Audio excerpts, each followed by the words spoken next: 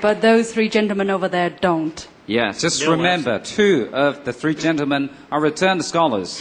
I think you are sadly wrong in terms of saying that they do not deserve the high salary. On the contrary, we argue for a higher salary for these returnees because, first thing first, for the international exposure, and secondly, they are the kind of a state-of-the-art expertise and knowledge they bring back to China or maybe any other countries. Now, thirdly, they're also very well known for being kind of using interpersonal skills in communicating. Well, you do have a point. However, you mentioned that they have communication skills. But are you trying to say that these employees, these college students who are studying in China do not have that communication skills? No.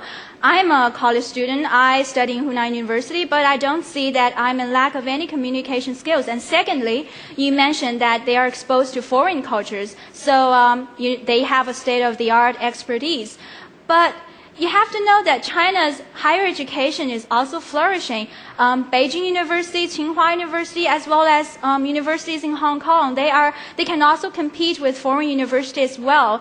And the third point I remember you said was they are more professional or but, you know, many people refer to the returnees from overseas as bananas. They have yellow skins, but inside they're white. But personally, I don't like to eat bananas. And I doubt that those employers in the companies will like bananas. We need apples. We need other common fruits as well. What's wrong with being a banana, as long as we can kind of reach a deal?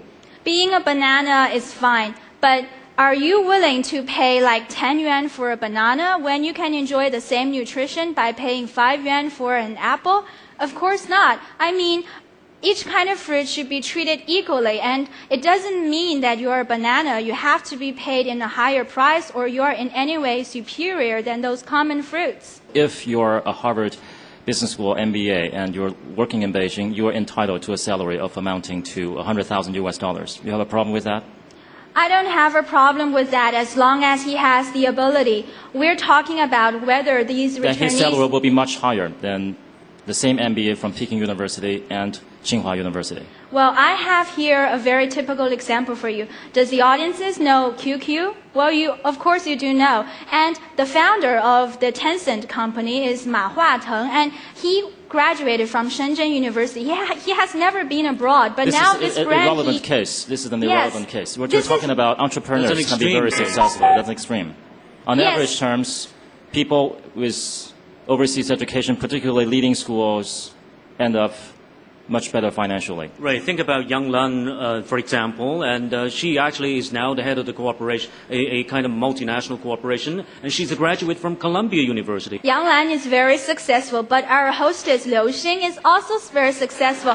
Do you remember that she has won the first prize in the international English-speaking competition? That was about 10 years ago, but at that time, she had never been abroad, but she competed with those people who have international background, and she won. What's your opinion about it? Many good students educating overseas have to, there's a very heavy student loan. That's why they have to have higher salary to pay back the student loan. They're paying a very high price for going to top schools in the world. According to my observation in Sydney, I saw a lot of Chinese students there, but I haven't seen them with any particular advantages of being an international student. They didn't work very hard. They were very rich students, so they went to Sydney, but they didn't study well. But students around me, my classmates, they've been working really hard, and I believe that in future, when they are applying for the same company, the latter, the person who has real ability can have a higher salary. Wow. Indeed, well done. Thank you very much, Lian. You know, I want to hug you, but I don't think I should do that anyway. I guess this is your favorite part, right? For today, so far. Yes, that's why I've hosted this competition so many years. Just one question out of curiosity. What is your favorite fruit? My favorite fruit... I guess not banana, right? No. Grapefruit. Right. Well, to continue on the fruit analogy, you would be a pineapple in my dictionary, which is tough and piney on the outside and sweet on the inside. Thank you. That's a compliment. There are plenty of eggs sitting here. Have you ever thought about this? White on the outside and yellow on the inside. What do you think of them? Well, I think eggs are much better than bananas because eggs, they are symbols of life. They can become chickens, but bananas, they decay and you cannot eat them after a certain period. I really would like to comment on one point that I noticed that's very different in you from some of the other contestants that I've observed, which is that you're not afraid of stating your point of view from the very beginning. You rose to the challenge, for sure, I think. I think you became the challenge for them. Yes.